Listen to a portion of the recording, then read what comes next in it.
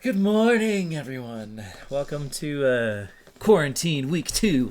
Dun dun dun. How's everybody doing? Wait, is it echoing? There shouldn't be an echo.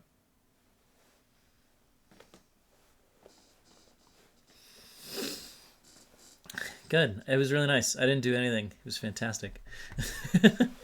So, update on the chapter 15 quest. We had one or two people that had some issues with the technology and getting stuff done. So, we're going to hold off on getting that graded and back to you guys until hopefully tomorrow. Skyrim. Man, good old Skyrim. Isaac, I don't even know what you're trying to say. So update on the quarantine situation, right? We are supposed to have an official word by the end of the week of what the state and district are deciding to do. My most likely prediction is that we will, at a minimum, be continuing on through spring break. So I think we've got another at least 3 weeks of quarantine in front of us, if not more than that. So, yeah. So Isaac, I'm gonna upload the test probably today and get that ready to go. So if you guys want to do the chapter 16 test, that'll be up and ready to go for you guys to do through the rest of the week whenever you have time to do that. So I will probably update and put the chapter 16 test today, and I'll have it set to be due Sunday night.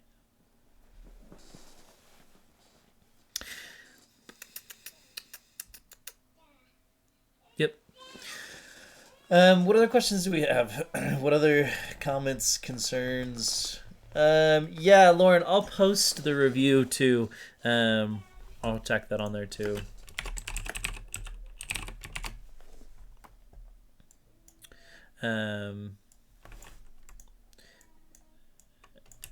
I'll just put that on Canvas so you guys can have that to look at. So yeah, I'll post that. I'll get that uploaded today as well. I've got a lot of stuff I got to upload today.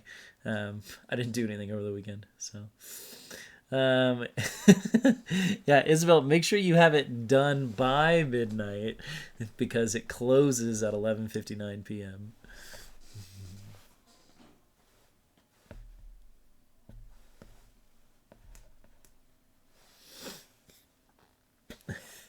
As long as you can do it in an hour and a half, you're good, Isaac. Scrabble. Apparently, Naya is playing Skyrim and Scrabble all day, every day. Yeah, Isaac, chill. Give me another minute or two. We'll potentially do problem 68. I'll look at it. Isaac's like, I want to do homework now.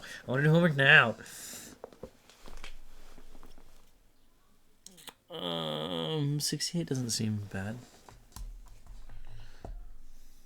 But we can work on it.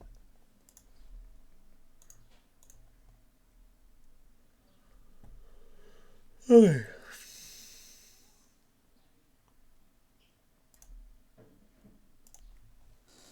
Sweet.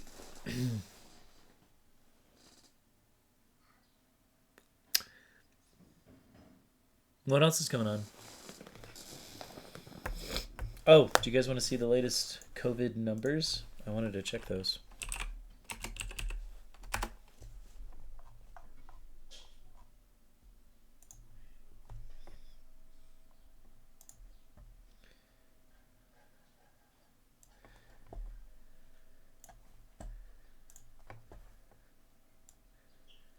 We're up to 355,000 cases worldwide, 15,000 deaths. US is up to 35K.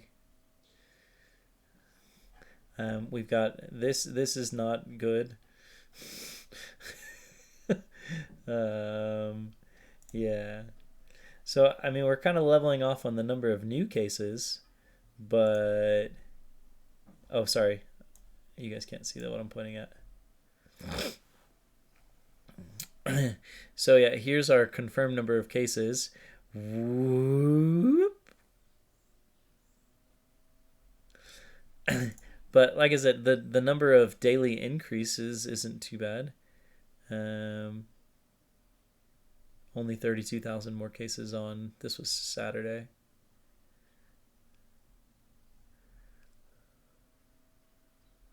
Oh, did Utah have its first death this weekend? Yeah, no, it's crazy. So it's definitely. I mean, there's a reason that we're being quarantined. Um, so yeah, Italy has freaking almost 5,500 deaths. That's crazy. So yeah, the U.S. doesn't have very many deaths yet. I mean, there's still a decent amount. 100 death in New York City, 75 in Washington. But yeah, it's good old Utah. 80.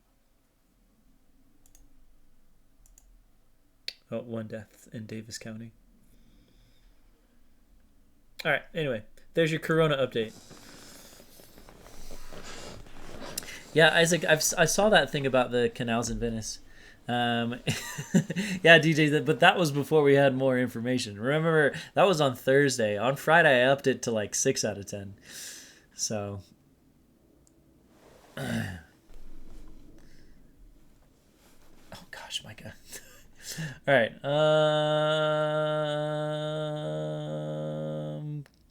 Cool. Okay. What questions do we have on the homework? Isaac really wanted us to do 68, so let's do 68.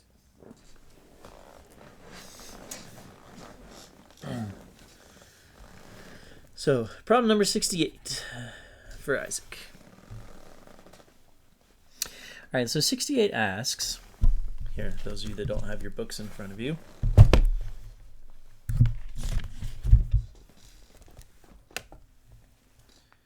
68 says, given that the delta H formation of hydrofluoric acid is negative 320.1 kilojoules per mole, and S for HF is 88.7 kilojoules per mole, find the Ka, interesting, for HF at 25 degrees C. Okay. So when I see that problem, I first think, okay, Ka for HF corresponds to the reaction HF aqueous, oops, that's a G, whatever, aqueous, in equilibrium with H plus aqueous and F minus aqueous. Okay. So if we're going to calculate the Ka for HF, we could just look it up in chapter 14, but that would be cheating, I guess. They want us to actually calculate it.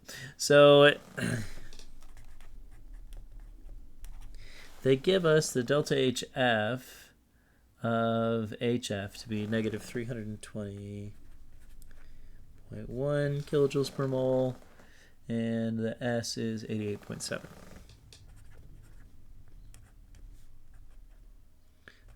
Joules per mole. I know, Isaac. All right, so remember, what do we know about K? We know that we have our equation of delta G naught equals negative RT ln of K. Okay, and we wrote down this equation last week. And so what we need is, oh, that's why, Max. I was like, why are you getting an echo? Sorry, TJ. All right, so we need to find delta G naught from our equation. So if we can find the delta G naught that describes this equation, we can find the K using this equation, right? So to do that, we need to look up the values for the heats of formation of hydrogen ions, fluoride ions, and the entropies of hydrogen ions and fluoride ions. And so we're gonna, use the chart in the text. On page 601 is my preferred chart. So let's see, hydrogen ions. Hydrogen ions are good. Are 0, 0, 0, 0, 0. They're 0 for everything. It would be the same for KSP, but of course we would have to make sure we wrote the equation for KSP. Um, delta H minus T delta S. Oh, yeah, sure, of course. So, I mean, you could just go ahead and substitute.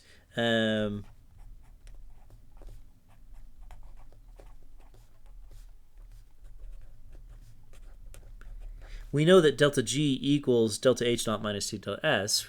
So you could, of course, do that as well if you wanted to. But I was just going to do it in 2 steps. I was going to find delta G, plug it in, and then find K. Works the same way. So the fluoride ion is negative 332.6. And negative 13.8.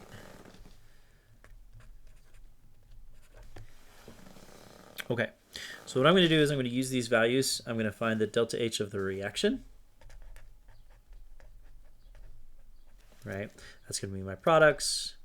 Negative 332.6 minus the reactants, negative 320.1.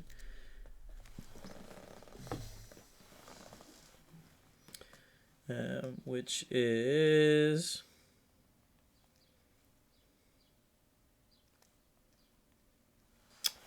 negative 12.5.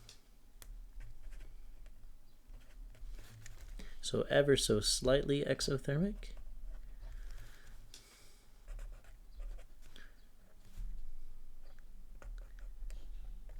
Okay, this is going to be negative 13.8 minus 88.7.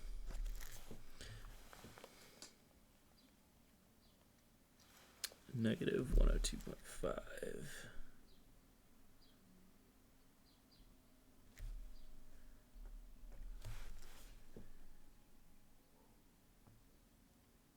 Huh. That's odd. Weird.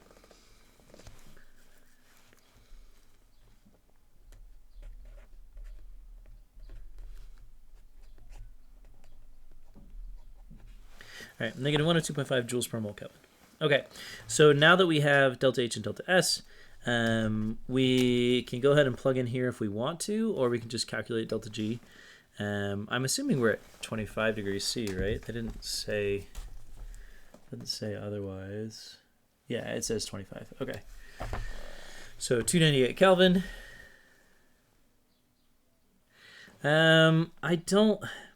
You can't, because there's no temperature here, Isaac, you can't algebraically eliminate temperature.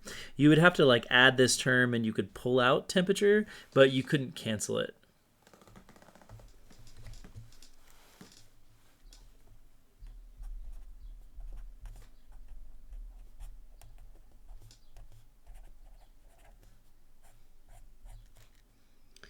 Make sure to change this into kilojoules. Oops. Sorry. That says 0.102 or 1025. All right, so if we do that real quick, that gives us my delta G.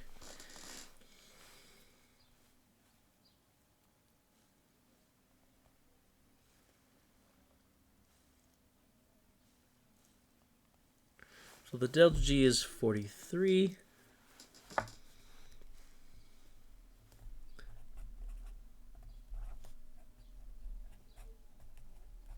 And that equals, so I'm going to go ahead and just divide that by RT to get that equal to ln of K. R, remember we're using the kilojoules R, so 0.0831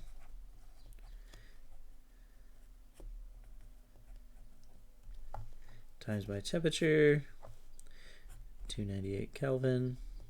Right, so I evaluate all that. Let me rewrite this. My work's not very organized. Sorry, guys.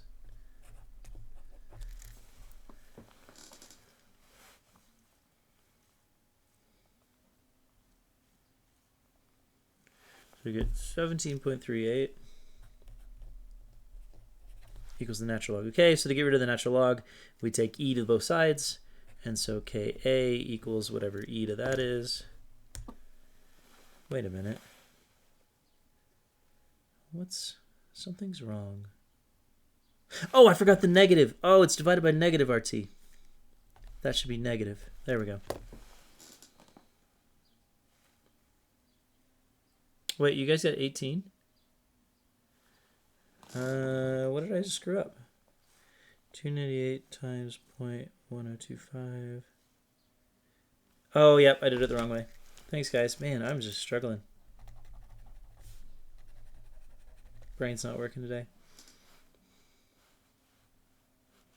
Yeah, it's 18.04. So if that's 18...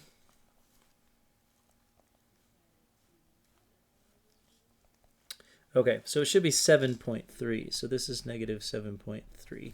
Now we take e to both powers.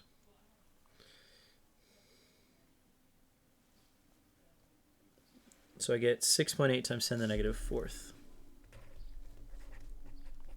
which I think is pretty close to the actual value for the Ka for HF. It's a pretty strong weak acid. Thanks, Mikey. Okay, so recap. What we did, why we did it, how we did it. Okay, so the idea was they wanted us to find Ka.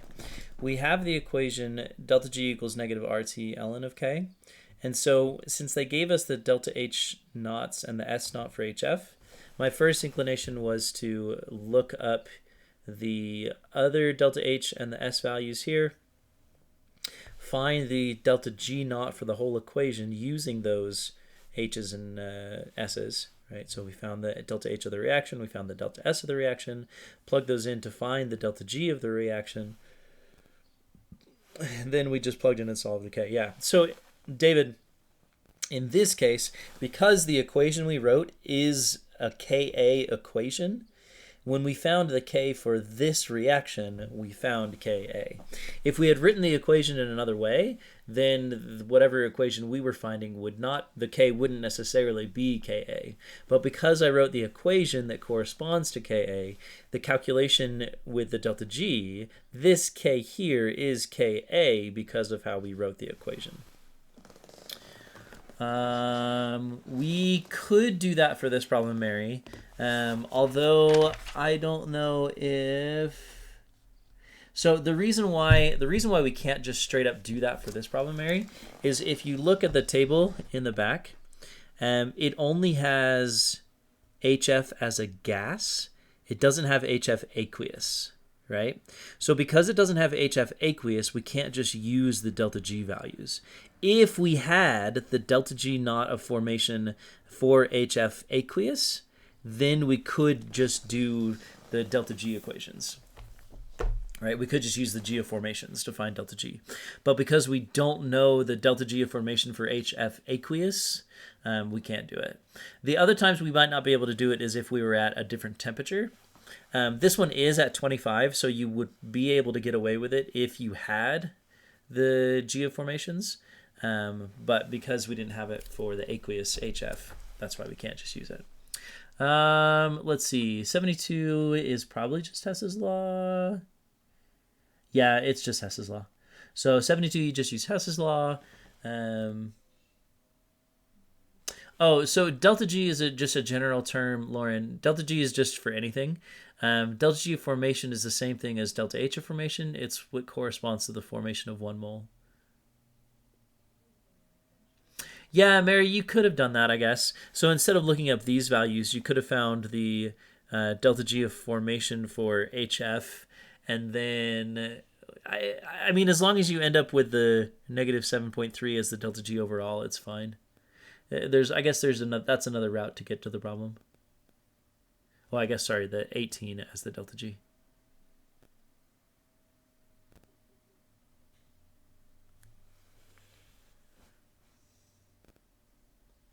Okay, Maggie asked about 77, which, yeah, I'll do in a second. Let me answer Isaac's question. Properties of K to delta G? No, delta G functions more like delta H. So when you add two equations, you just add the values. So if you reverse equation, you just change the sign. It's not the exponential forms like we did with K, where you added two equations and you multiplied the Ks. With delta Gs, if you add two equations, you just add the delta Gs. Okay. Let me do Haley. Let me do 77 first, and then I'll go back to 64B. Oh, sure. Yeah, yeah. No, I can do 64B. Let me do 77 first. So 77 says.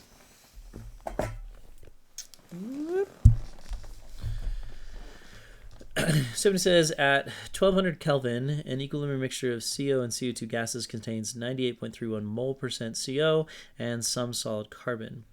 The total pressure of the mixture is 1 atmosphere for the system here. Calculate the pressure of CO and the pressure of CO2, K, and delta G at 1200. Okay, so there's a lot of info here. I'm going to do my best to put this on my work and show you guys. I have child stickers, child drawings. Hey, there's a blank page. All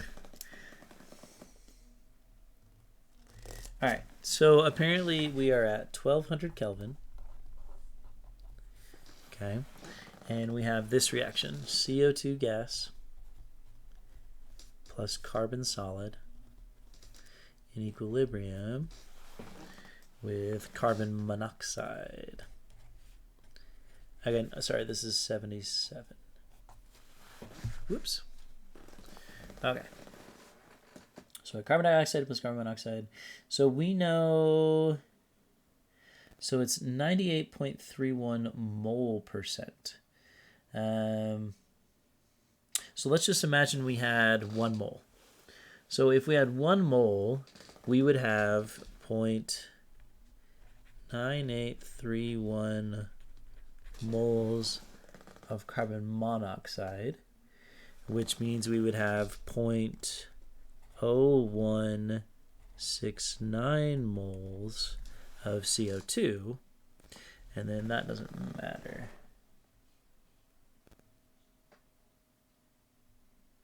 Okay, and some solid carbon. So there's just some amount of the solid. The total pressure is 1 atmosphere. Oh, well, shoot. Oh, okay, never mind. So we actually, okay, recap, sorry.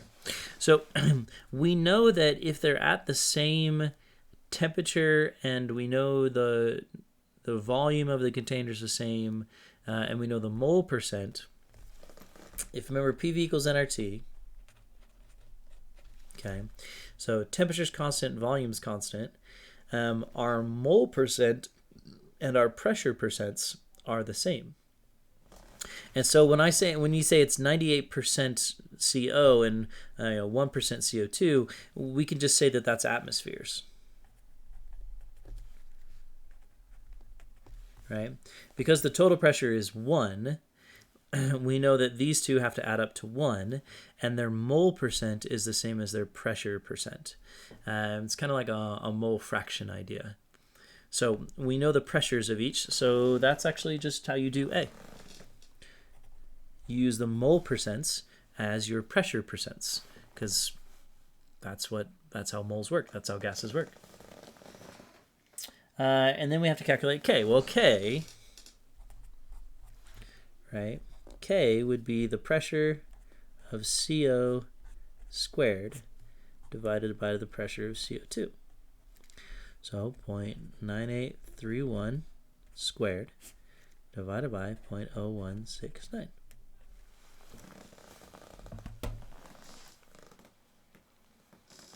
It doesn't matter with mole percent, Logan. No, that's a good idea. It's a good something to be careful of. It matters in this calculation of K, but it doesn't matter in the mole percent. Because I'm just saying I've got a mixture of CO2 and CO, and it's 98% that and 1% that. The coefficient doesn't matter.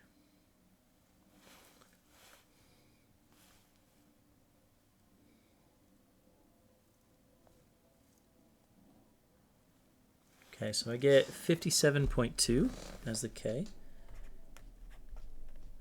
That's a pretty big K. Well, it's not a very big K. It's an okay sized K. All right, letter C then asks delta G at 1200. Well, we've got our equation. We know that delta G naught equals negative RT ln of K. And so we just plug in. Negative 0.00831 kilojoules per mole Kelvin times 1200 Kelvin times the natural log of 57.2.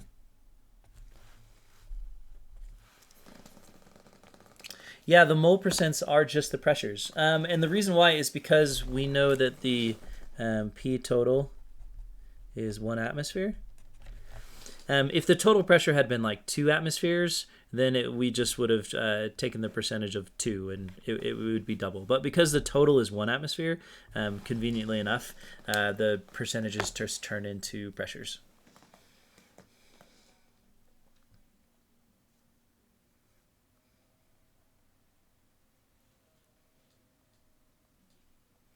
So I get negative 40.4 as the delta G naught.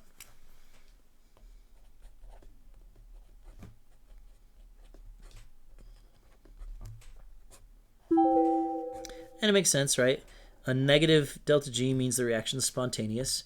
If we have a whole lot more CO than we do CO2, we know that the forward direction is favored. A positive K, negative delta G, kind of makes sense. Maybe Bryce, and probably not with the pressure percents turning into atmospheres is a little tricky and worded a little weird. I would probably just give you the atmosphere values if I wanted you to do something like that. But definitely B and C are pretty straightforward.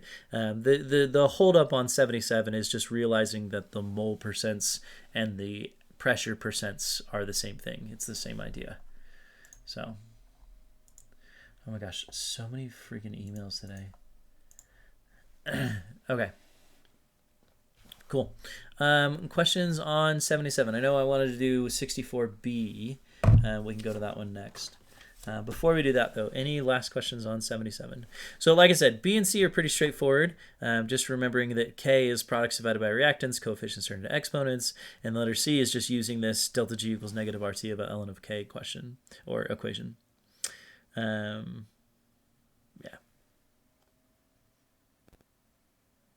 Okay, cool.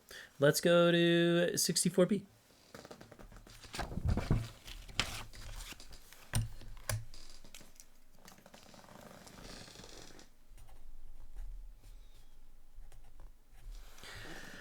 All right, so on 64, here, I'll let you guys see it. Isaac, let me look on 72. Don't you have to reverse the second equation and double it, and then reverse the first equation as well?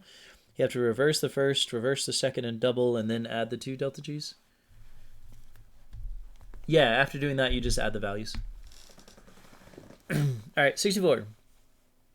Letter B says to calculate the G of formation of N2O at 25 degrees C. Okay, so it says consider the reaction. We're given this. Calculate delta G for the reaction. So they give us K, and so using K, we should be able to calculate delta G naught, right? That should be pretty straightforward. And then this delta G of formation, what you actually need to do is you have to look up some values in the text. So we'll look up those after we do part A. So let's do part A first. Whoops, knocked my mic, sorry. So we have this reaction of N2O gas plus NO2 gas in equilibrium with 3NO gas. And K is 4.4 times 10 to the negative 19th. All right, so the first thing to do would be to calculate delta G. So for letter A, we know that delta G naught equals negative RT ln of K. So just plug in again, 0.00831 kilojoules per mole Kelvin. We're doing 25 degrees C, so 298 Kelvin, times the natural log of 4.4 times 10 to the negative 19th. Oops. Now, because this K is so small, I would expect my delta G to be a positive value. So let's see if we get that. 4.4 times 10 to the negative 19th. Natural log times 298 divided by 0.008, or sorry, oops, not divided by times. Okay, I think I got 104.7. Let me double check that.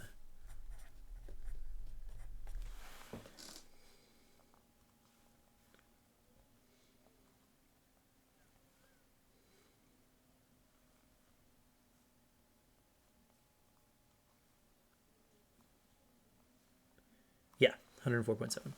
So we have 104.7 kilojoules per mole. Right? A very positive delta G means a non-spontaneous reaction, which makes sense with the K being so small. Okay, so that's letter A. Now letter B, this is the one that people have a problem with. What's the delta G of formation for N2O? Okay.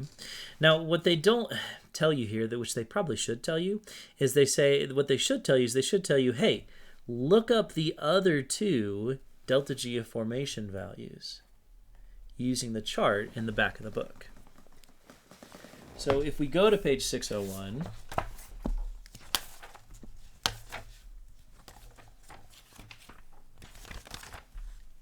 right, and we look up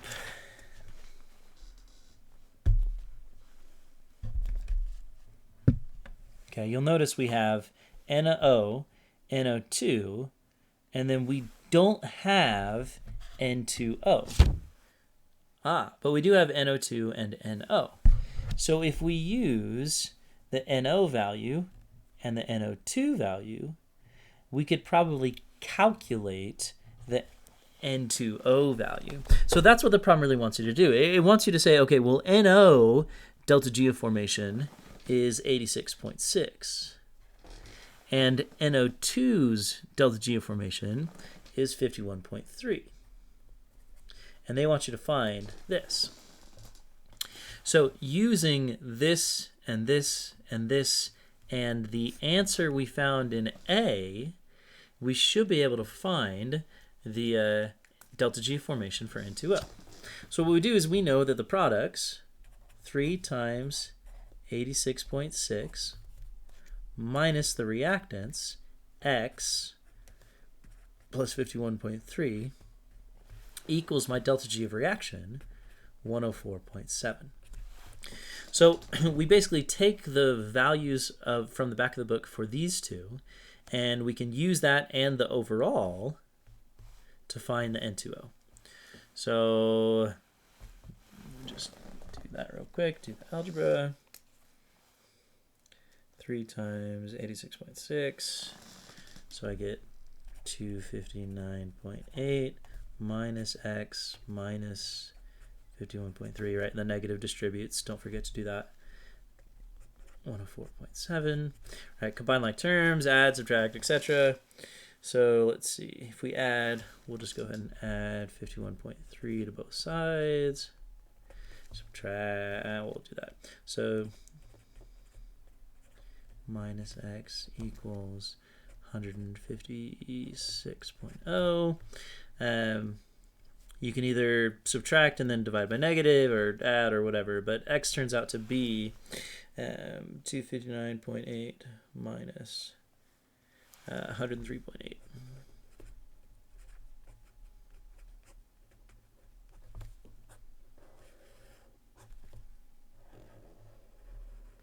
So we get 103.8. Very positive delta G formation means that this is probably a pretty reactive substance.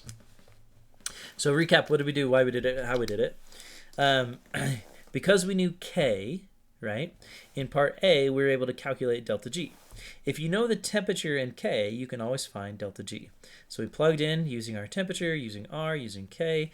We found the delta G of the reaction to be 104.7. Now, looking up in the back of the book, we found the G of formations of NO2 and NO. We didn't find N2O, which is why the problem is telling us to calculate it. So we use the overall delta G, the delta G of formation of these others, right? We took the products minus the reactants, plugged in X because we didn't know N2O, set it equal to the overall, and then just used some algebra, and we found that x is 103.8. Now again, this is the delta G naught of formation for N2O. Okay, cool. Those of you that had questions on this, Lauren, and I think, who else was it? Haley? Does that make sense?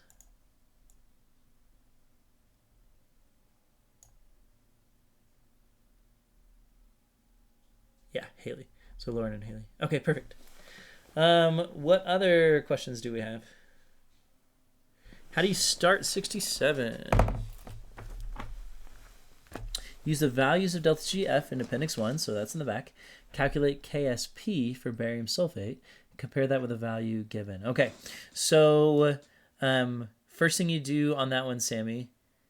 So are we supposed to find the overall delta G to calculate the delta G of formation? No. So on 67, you just use the delta G of formations. So you have to write the equation. Okay. So 67 is asking you about the KSP for barium sulfate. So we know barium sulfate solid breaks apart into barium 2+ aqueous and sulfate 2- aqueous. So what they want you to do on 67 is they want you to look up the delta G of formation for these three, which should all be in the chart on 601. Take your products together minus the reactants. That gives you the delta G overall. Take the overall delta G using delta G equals negative RT ln of K. Solve for K.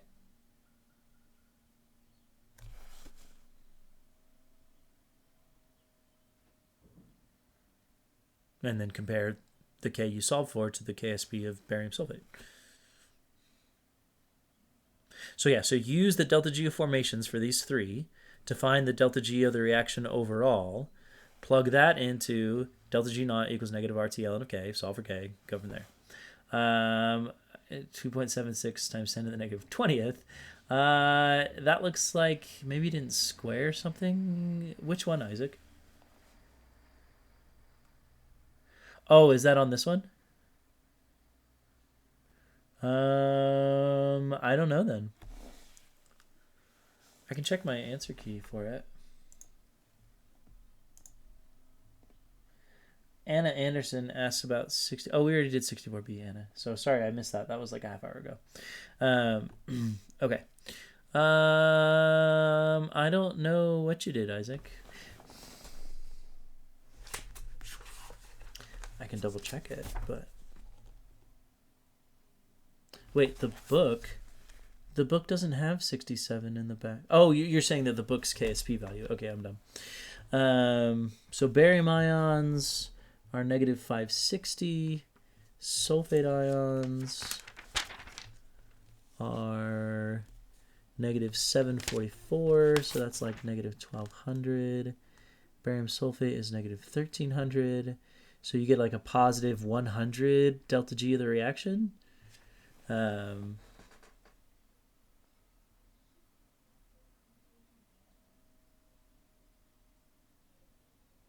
It shouldn't give you at 298. Yeah, so 111.53. That sounds right.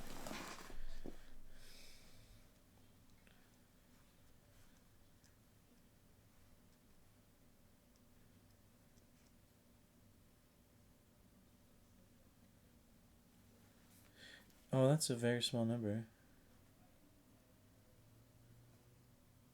Yeah, 2.75 times 10 to the 20th. I don't know. Let me check my answer key.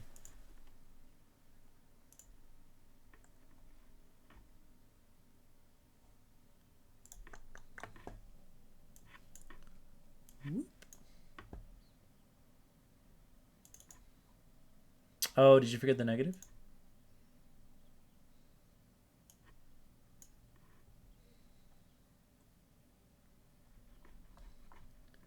So on 67, I just 1 times 10 to the negative 10th. So yeah, something, I think your delta G is a little off, but that's okay. Yeah, so compared to 1.1 times 10 to the negative, they're both the same. They're really similar. Okay, we got a couple more minutes, 10 more minutes. Maybe time to do one more problem. What else we got?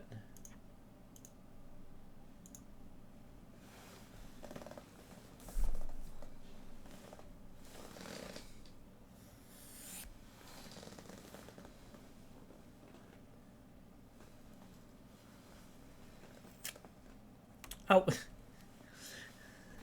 72 is just Hess's law.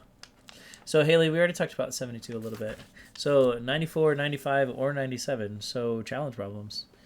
So, looks like we will probably have to do some more homework tomorrow. So, keep working on the homework tonight.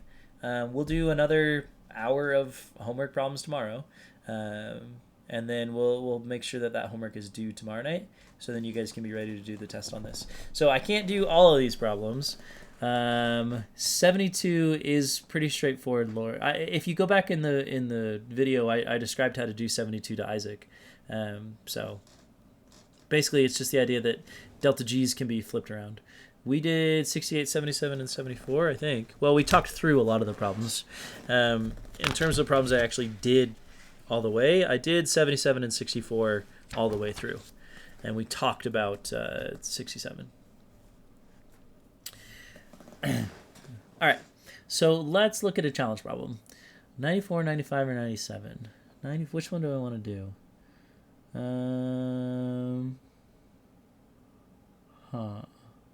Oh, 95 is interesting.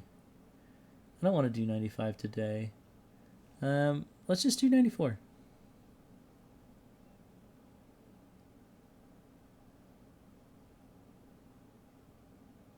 Yeah, let's do 94. Oh, okay, never mind. You're good on 94. Then let's do 97. 97 looks fun.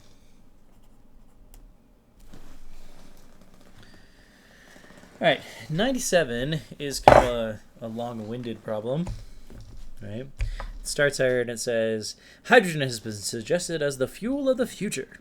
Oh, fuel of the future. One way to store it is to convert it to a compound that can be heated to release hydrogen. One such compound is calcium hydride, CaH2. This compound has a heat of formation of negative 186.2 and a standard entropy of 42.0. What's the minimum temperature to which calcium hydride would have to be heated to produce hydrogen at 1 atmosphere?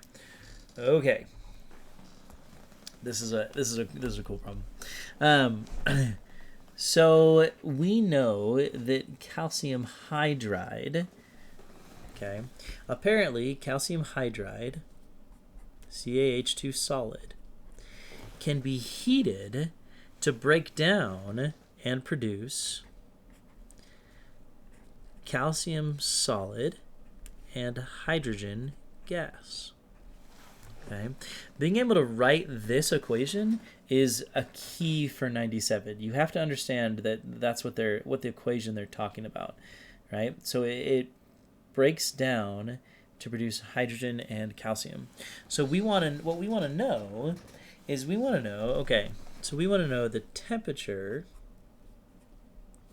when the pressure of hydrogen is 1 atmosphere. Okay. Yeah, it's equilibrium. Okay.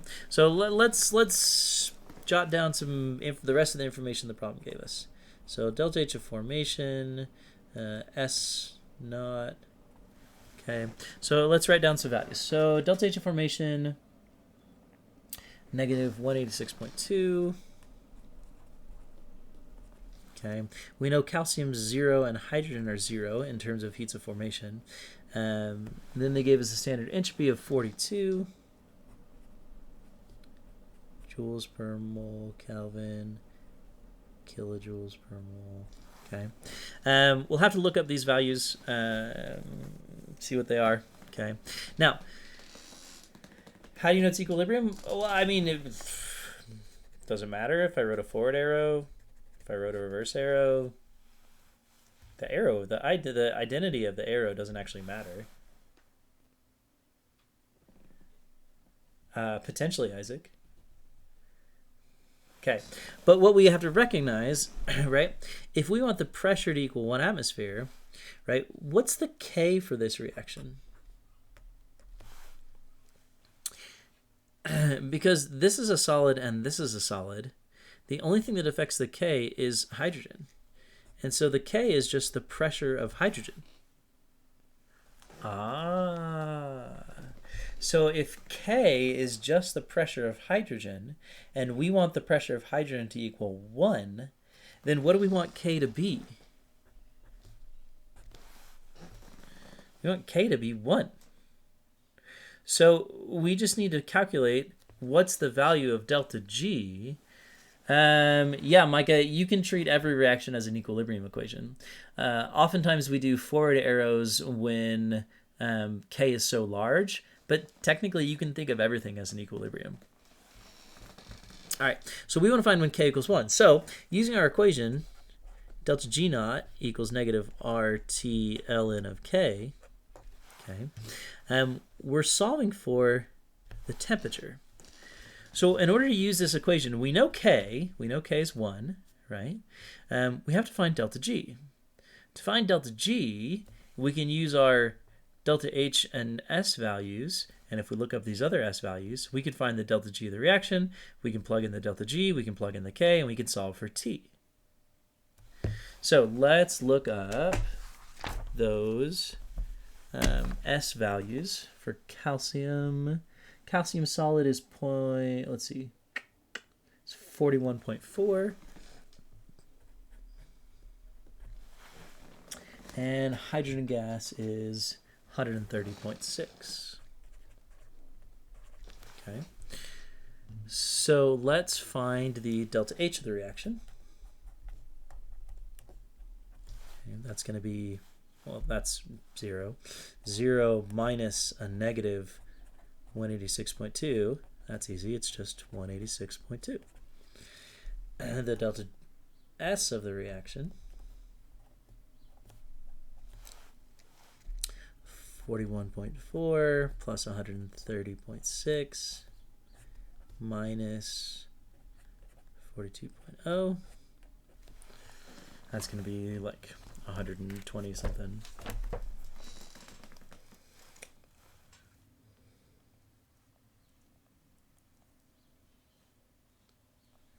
Oh, actually it's just 130.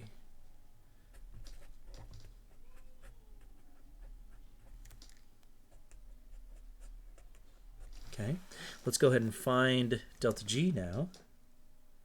Wait, oh, we've got a problem, right? Our problem is we don't know the temperature, and so we can't calculate delta G. What we can do is we can kind of do a substitution. So we can plug in, we know that delta G equals delta H naught minus T delta S. And so we can plug it in and we can start to do some fun algebra. So let's go ahead and plug this in. So I'm going to do a little room here. So delta H naught minus T delta S naught equals negative RT ln of K. Isaac was wanting to do this on another problem and try to get T to cancel, but T doesn't cancel. So what we're going to do, I'm going to add T delta S naught. So I'm going to get delta H naught equals negative RT ln of K plus T delta S naught. Sorry, I'm angled. I'm going to factor out temperature. And so that gives me delta H naught equals temperature times negative R ln of K plus delta S naught. And then I'm going to solve for temperature.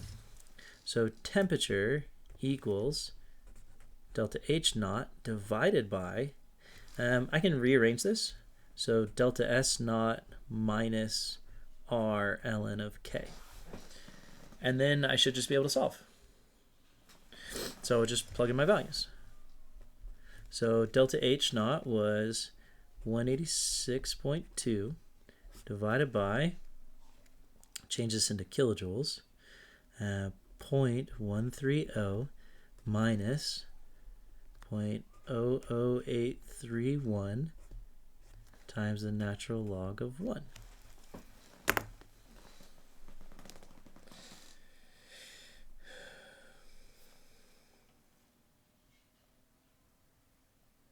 Oh, the natural log of 1 is 0.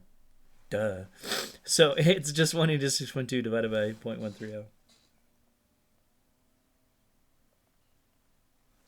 So you get 1432 Kelvin.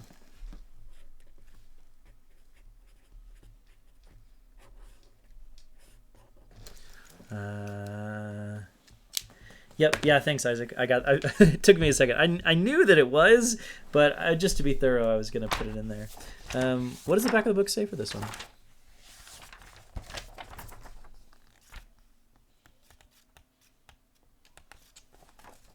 Let's see. Chapter 16, number 97, 1430. Oh, cool. Okay. So, that's it for today. Recap what we did on this problem and how we did it and why we did it. So they gave us this equation, right? Calcium hydride breaking up into calcium and hydrogen. We had the realization that everything's in equilibrium if we want to treat it as an equilibrium. So everything has a K. So the arrow doesn't matter. So we want to know the pressure of hydrogen is 1. Because these are both solids, our K is just the pressure of hydrogen. If we want the pressure of hydrogen 1, then our K is just 1. We looked up, they gave us these 2 values for the calcium hydride. We looked up these other 4 values. We knew this idea, so we found the delta H of the reaction. We found the delta S of the reaction. We know delta G equals delta H minus T delta S. We don't know temperature. And so we had to rearrange the equation to solve for temperature, which was a fun little algebra exercise. So temperature was delta H divided by delta S minus R ln of K. If K had been anything other than 1, then we would want to, of course, include this term. But because K is 1, the natural log of 1 is just 0. And so it's 1 into 6.2 divided by 0.130, which is 1432 Kelvin. Okay, cool. I'll be in the Discord from 12 to 2. I'll get these things uploaded to Canvas so you guys can work on those.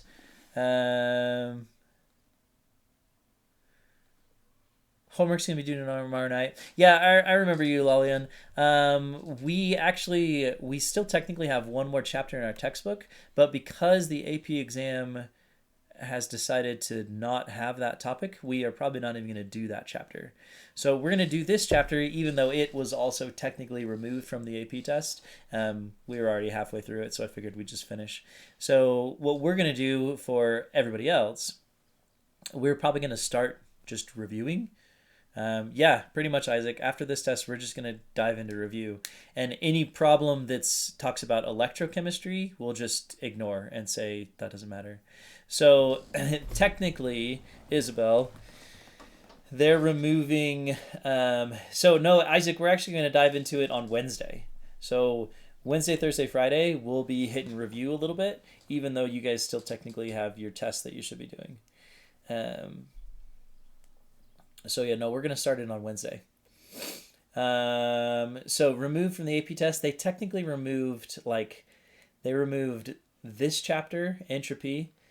They removed electrochemistry, and they also removed buffers. So yeah, we'll talk through all those details. I still think they're good things to know. I still think that's important.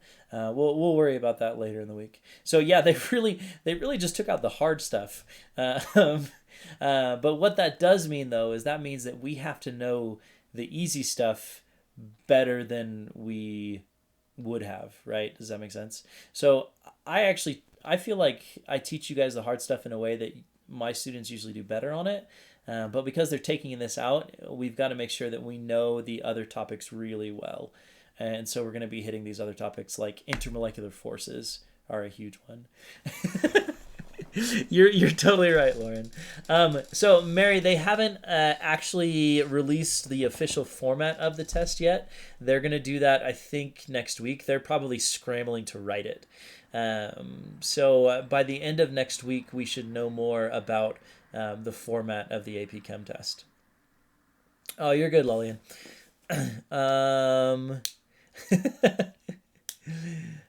So yeah, yeah, yeah. April 3rd, which I guess is like next Friday.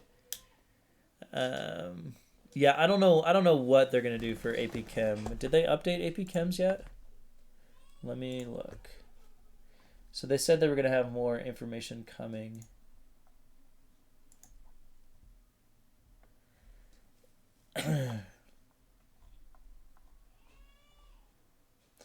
So they still haven't updated that. So I don't know where you're getting the idea of only short answer. Um, right. So the idea is students getting 45 minutes online. Okay. So it says, yeah, no, there it is. 45-minute online free response exam at home. Um, so yeah. So I don't know what they're gonna do. I'm kind of mad about this whole situation. I think it's stupid. So, but they haven't. So they've cut out units 8 and 9, and they still haven't released the details of the exam yet, right? So these, yeah, I know it's too easy for them to cheat on. I just don't know why they just don't just give the exam in place, right? There's a small enough number of you that they could just still get it. Yeah, Isaac, but that's nothing to prevent you from like having your phone in your hands, right?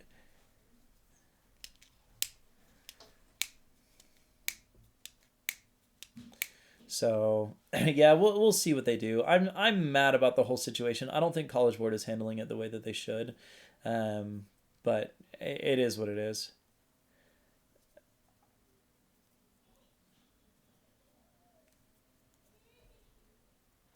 I would have just given the exam. I would have just had the exam go, right? Yeah, you're not supposed to gather in groups of more than 10 people, but in like 2 months, um, seems like pretty sure in 2 months that we're gonna. So I personally, if I was the director of the College Board, uh, is IB? Oh no way, Mary! Are they really canceling the whole thing? Oh gosh, yeah, no, it is better than that, but I would have preferred. Yeah, so Laura, I would have preferred that, by the time the test hits 2 months from now, right? I would have said, hey, everybody, we've got the makeup date scheduled. Let's just have everyone take the test on the makeup date. That gives you an extra 2 weeks to study, and 2 weeks to cover any material or anything like that. Um, and then just have this full exam. Maybe we cut out, a couple questions. But I would have preferred them to still administer the real exam. Um, but it is what it is. I'm not in charge, so we're gonna do what they tell us to. So, um, yeah, I understand that there's more complicated things about it, um, but it's I don't know. Yeah. And see, that's the thing is they could also do it on like multiple days. They could do it in multiple rooms. There's all kinds of things they could do. And by then, in 2 months, right? Are we still going to have full social distancing in 2 months? Um, I think at that point the virus will have pretty much run its course. So I don't know. We'll see. We'll see. Yeah. Anyway, whatever. I'm not in charge. So um, we'll just kind of do what we have to do.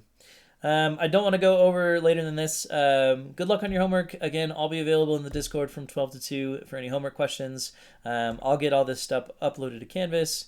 And otherwise, you guys just have a great rest of the day. Quarantine week 2.